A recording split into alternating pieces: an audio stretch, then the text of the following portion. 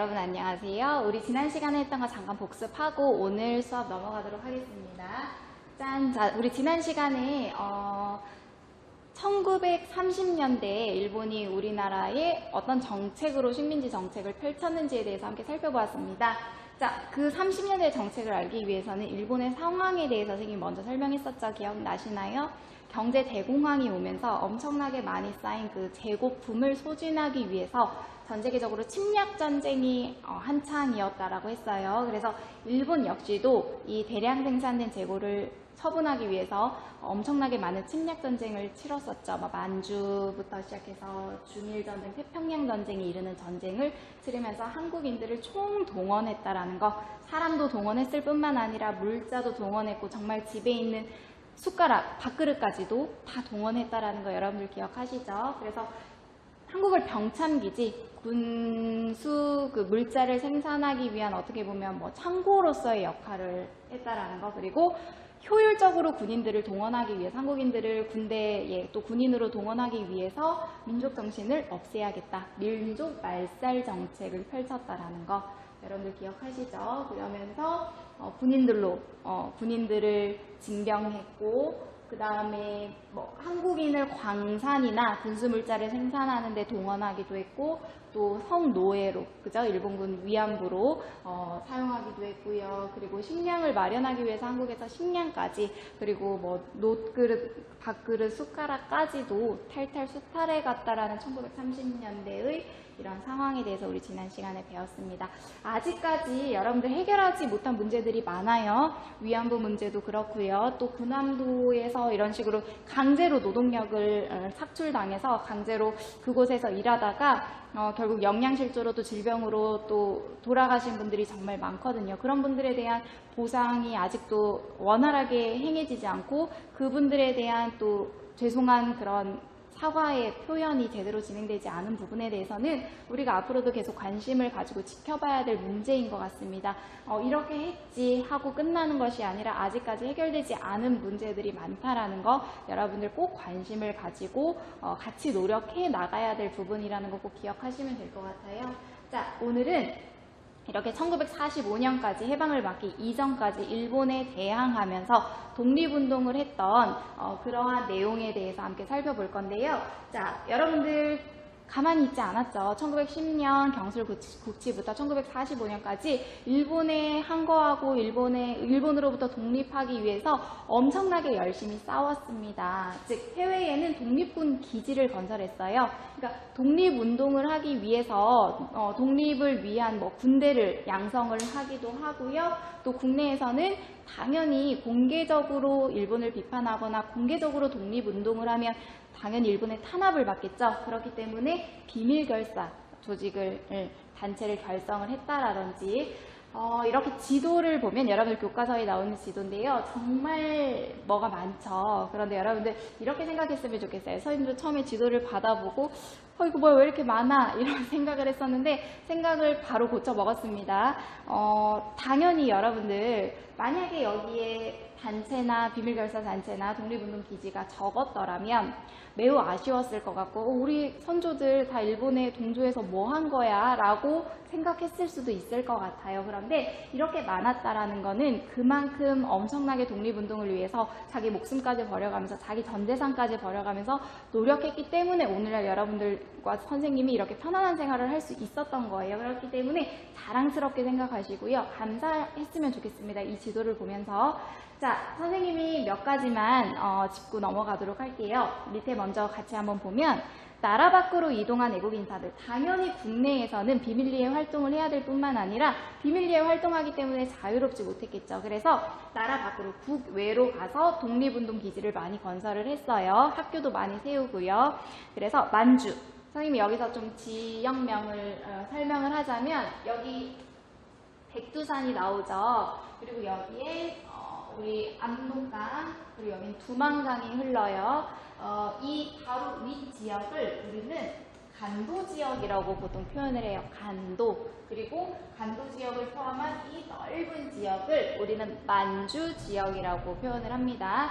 그리고 여기는 블라디보스토크는 지금 러시아죠. 이 지역을 연해주라고 표현을 해요. 그래서 이렇게 보면 나라 밖으로 학교자들은 만주, 이 넓은 지역, 그리고 러시아 연해주, 그리고 미국 등으로 퍼져나가서 학교를 세운다든지 독립군을 길러서 무장 독립전쟁을 준비했다라든지 그런 활동들을 했다라고 생각을 하시면 돼요. 여기 보면 여러분들 신흥무관학교라는 학교가 있어요. 이 학교는 독립운동을 하기 위한 어떤 군인들을 길러내는 그런 학교였는데요. 되게 중요한 건 선생님 이거 하나 얘기해주고 싶었어요.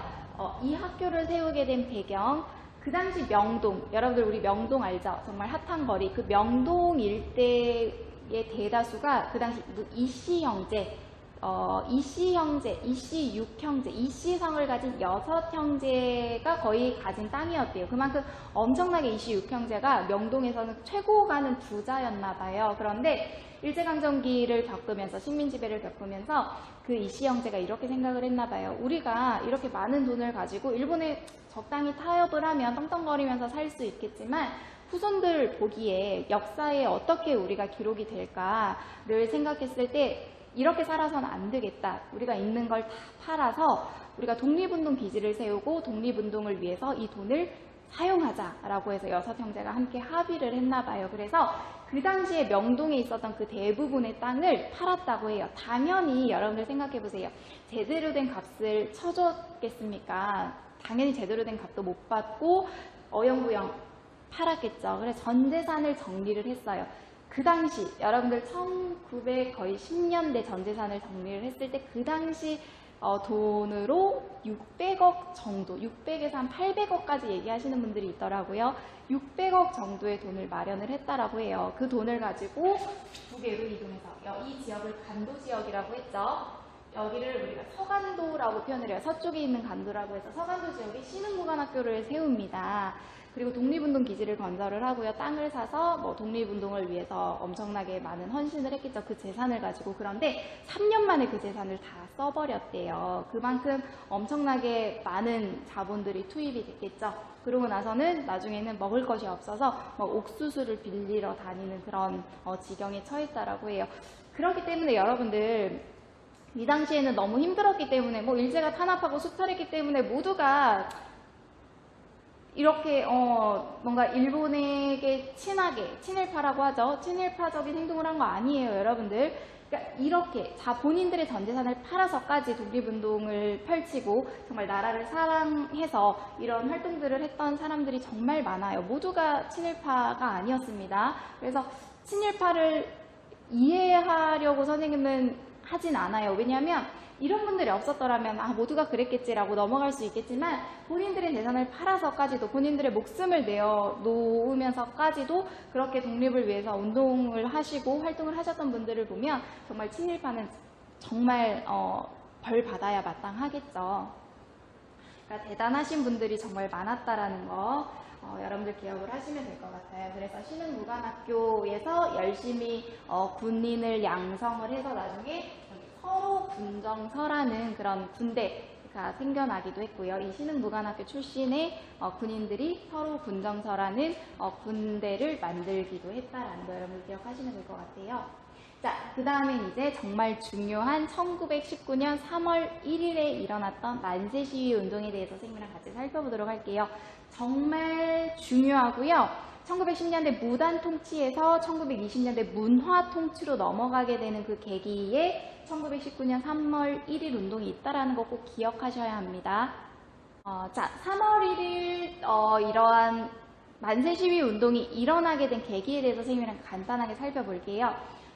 1914년부터 18년까지 약 4년 동안 1차 세계대전이 터집니다. 그리고 18년이 되면 1차 세계대전이 끝이 나게 돼요. 자, 1차 세계대전에서 일본은요, 정말 줄을 잘 섰다라고 얘기를 했죠. 영국과 동맹을 맺어서 연합국 편에 일본은 줄을 섭니다. 그리고 전쟁이 끝나자 이 연합국의 승리로 전쟁이 끝나죠. 즉, 일본은 승전국이 되어버립니다. 이 1차 세계대전이 끝나고 나서 이긴 승전국 중심으로 프랑스 파리에 한국에서 파리강화회의라는 걸 열어요. 여기서 당연히 패한 독일에게 전쟁의 책임을 묻기도 하고요. 다시는 이런 전쟁이 반복되지 않도록 국제연맹이라는 단체도 만들고요. 여러 가지 원칙을 결정하게 되는 그런 중요한 회의였는데요. 이 파리강화회의가 열리자 그 당시 우리 김규식이라는 사람을 이 파리강화회의에 이제 파견을 합니다. 그래서 한국이 지금 이렇게 어려운 상황입니다. 일본에 의해 식민지배를 당하고 있습니다. 우리 한국 독립을 위해서 도와주세요. 라고 이런 청원서까지 전달을 하게 되는데요. 결국은 이렇게 한국 독립 문제를 안건으로 올리는 거에 대해서 이 파리강화회의에 참여했던 대부분의 나라들이 부정적인 시선으로 바라보죠. 그래서 특별한 결실은 없었다라는 거. 그래서 이 김규식이 파리강화회의에 파견이 돼서 이런 청원서를 올렸구나 기억하시면 될 것 같고요. 여기서 중요한 원칙 하나가 결정이 돼요. 그게 바로 민족자결주의 원칙이라는 건데요. 선생님 앞 시간에도 설명을 했었죠. 그 세계사 흐름 설명하면서 민족의 운명은 선생님 이걸 나중에 써주도록 하겠습니다. 선생님 얘기를 할게요. 민족의 운명은 그 민족 스스로 결정해야 된다라는 원칙입니다. 여러분 여기 쓰시면 돼요. 민족의 운명은 그 민족 스스로 결정해야 된다. 이 말은 이 당시에 승전국도 그렇고 패전국도 그렇고요. 엄청나게 많은 식민지를 가지고 있었겠죠. 일본 역시도 우리나라를 지금 식민지배하고 있었던 상황이었잖아요. 그런데 민족자결주의 원칙이 결정되면서 그 민족의 운명은 그 민족 스스로 결정해야 돼. 그래서 식민지를 독립해야 된다. 독립시켜야 된다라는 그런 움직임들이 활발하게 일어나요. 그런데 중요한 건 여기서 당연히 1차 세계대전에서 승리한 승전국들이 본인들이 이때까지 식민지배를 하면서 엄청나게 많은 식민지로부터 혜택을 받았을 거 아니에요. 한국도 일본에게 정말 정신까지 사람들까지 정말 밥그릇 숟가락 하나까지 탈탈 털어가면서 일본이 한국에 얼마나 많은 혜택을 받았겠어요. 이러한 혜택을 승전국들이 포기할 이유는 없죠. 그래서 민족자결주의 원칙이라는 원칙이 적용이 되면서 당연히 민족 운명을 스스로 결정해야 된다. 그래서 식민지들 독립해야 된다라고 당연히 연결은 되지만 여기서 말하는 식민지는요. 패전국에 해당하는 식민지만 해당이 돼요. 예를 들어서 그 당시 독일이 1차 세계대전에서 패했죠. 그러면 여기서 말하는 민족은 독일이 가지고 있었던 식민지의 나라들을 의미하겠죠. 당연히 일본은 승전국이었기 때문에 승전국들이 본인들이 가지고 있던 그런 식민지를 놓을 리가 없잖아요. 그래서 결국 민족자결주의 원칙은 우리 한국에는 적용되는 원칙은 아니었습니다. 그럼에도 불구하고 전 세계적으로 이런 원칙이 적용이 되자 우리 한국도 지푸라기라도 잡고 싶은 심정으로 독립에 대한 열망이 더 끌어오르기 시작을 합니다. 그러면서 전 세계적으로 식민지 국가들의 독립운동이 활발하게 전개가 되는 그런 계기가 되는 그런 원칙이라고 생각을 하시면 돼요. 실제 이런 원칙이 선언이 되고 결정이 되고 난 다음에 우리 일본 도쿄에서 도쿄 한복판에서 학생들을 중심으로 2월 8일 독립선언문이 발표가 됩니다. 자, 발표가 되고 나서 이제 우리 한국에서도 이러한 독립선언서의 영향을 받았겠죠. 자, 우리나라 종교 지도자들이 모입니다. 모여서 우리 이렇게 있어서는 되겠냐. 이렇게 10년간 엄청나게 일본의 수탈을 받고 일본의 억압된 정치를 받으면서 이렇게 있어서는 안 되겠다. 우리도 독립을 열망하자. 전 세계적으로 지금 독립의 운동에 바람이 불었으니까 우리나라도 여기에 편승해서 함께 독립을 부르짖자라고 해서 그 당시 종교 지도자, 천도교 그리고 불교, 기독교 이런 종교의 지도자들 33인이 모여서 우리 독립 만세 시위 운동을 한번 벌여보자. 독립선언서를 낭독하자. 일본 앞에서 당당히 라고 해서 그 독립선언서를 만들어요. 그래서 이 독립선언서를 그 당시 고종이 1919년 1월에 돌아가십니다. 그래서 3월 1일에 이 고종을 국가에서 비용을 치러서 장례를 당연히 해야겠죠. 우리나라의 황제, 대한제국의 황제였으니까. 그래서 그걸 국장일이라고 표현을 합니다. 그러니까 국가에 공을 세운 사람을 국가의 돈으로 장례를 치러주는 그런 국장일의 1919년 3월 1일이었어요. 그 국장일을 시점으로 우리가 독립선언서를 낭독하자라고 해서 그 당시 종교 지도자였던 33인을 민족 지도자 또는 민족 대표라고 부릅니다. 그 33인이 독립선언서를 만들어요. 1919년 3월 1일에 발표할 독립선언서를 만드는데 선생님이 독립선언서 조금 이따가 읽어주도록 하겠습니다. 그래서 3월 1일이라고 확정을 짓고 자, 이제 탑골공원에서 독립선언서를 낭독하기에 이르릅니다. 그런데 문제는 자, 민족 지도자 33인이 이제 탑골공원으로 갔어요. 갔는데 어마어마한 군중들이 모인 거예요. 그만큼 일본으로부터 독립하고자 하는 우리 국민들의 열망이 엄청나게 컸겠죠. 너무 많은 시민들이 모여서 이 민족 대표 지도자들이 이랬다가는 엄청나게 큰 소요 사태가 발생할 수도 있겠다. 정말 폭력적인 시위로 번질 수도 있겠다라고 염려했던 이 민족 대표 지도자들은요. 탑골공원으로 가지 않고요. 약속된 그 장소로 가지 않고 태화관이라는 음식점에 모이게 됩니다. 모여서 그 태화관에서 민족 대표 33인이 다 참여하지는 않았고요. 29명이 이 독립선언서를 그 태화관이라는 음식점에서 낭독을 하게 돼요. 그래서 그 탑골공원에 모였던 그 수많은 학생들과 수많은 군중들이 약속한 시간에 이 사람들이 나타나질 않는 거예요. 이 대표들이. 그래서 안 되겠다. 우리라도 이 대표 없이라도 우리가 독립선언서를 읽고 시위운동을 하자라고 해서 그 당시 많은 학생들 그리고 뭐 아니면 그냥 뭐 상공업, 동업을 하셨던 분들, 뭐 농민들, 뭐 어린아이들, 노인들까지 엄청나게 많은 그 군중들이 모여서 독립선언서를 낭독을 하기 시작해요. 선생님이 가지고 왔어요. 그래서 간단하게 정말 긴 독립선언서긴 하지만 중요한 거 한번 읽어보겠습니다. 첫 번째. 우리는 오늘 조선이 독립한 나라이며 조선인이 이 나라의 주인임을 선언한다. 우리는 이를 세계 모든 나라에 알려 인류가 모두 평등하다라는 큰 뜻을 분명히 하고 우리 후손이 민족 스스로 살아갈 정당한 권리를 영원히 누리게 할 것이다. 그래서 쭉 있고요.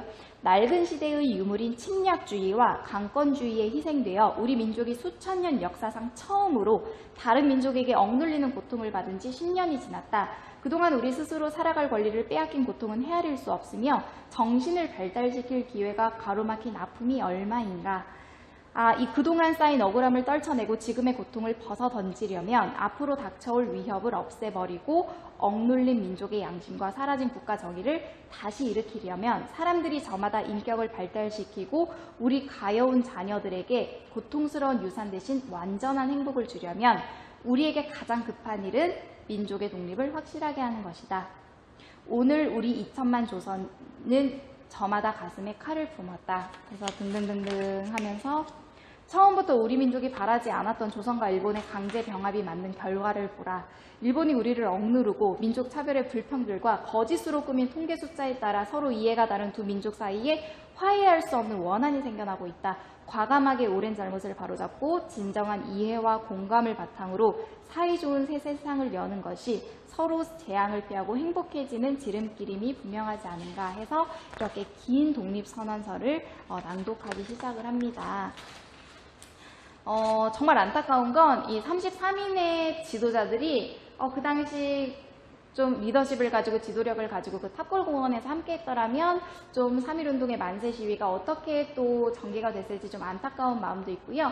이 민족 대표 지도자들이 이 독립선언서를 읽고 순수히 자수를 해요. 일본 경찰에게 체포가 됩니다. 그러니까 그 체포를 하고 자수를 했던 그 이유에 대해서 뭐 여러 설이 분분하지만 대규모 너무 폭력적인 시위로 번질 것을 우려한 나머지 뭐 자수를 했다라는 설도 있고 아니면 이 민족 대표 지도자들을 되게 비판하는 그런 목소리도 많은데요. 하여튼 여하튼 33인 대표 지도자들 일단 독립선언서를 쓰긴 했지만 그 자리에 3.1운동 그 자리에는 없었다라는 거. 정말 3.1운동은 온전히 학생들, 농민들, 정말 각계각층의 시민들로 정말 리더가 부재하는 지도자가 없었던 그 시민들로 구성이 되어서 이 만세 시위 운동이 펼쳐졌다라는 거. 그래서 선생님이 정말 리더의 중요성도 반드시 있습니다. 리더도 정말 중요하지만 한 사람 한 사람, 그냥 평범한 한 사람이 얼마나 민족의식이 깨어있고 정말 시민의식이 깨어있고 역사를 바르게 아느냐가 정말 중요하다라는 걸 3.1운동을 통해서 선생님이 깨닫게 되었어요. 그래서 여러분 선생님 정말 이런 평범한 시민들이 얼마나 깨어 있어야 되는지, 얼마나 역사의식을 제대로 가져야 되는지가 정말 중요하다라는 거 여러분들 같이 공감했으면 좋겠습니다.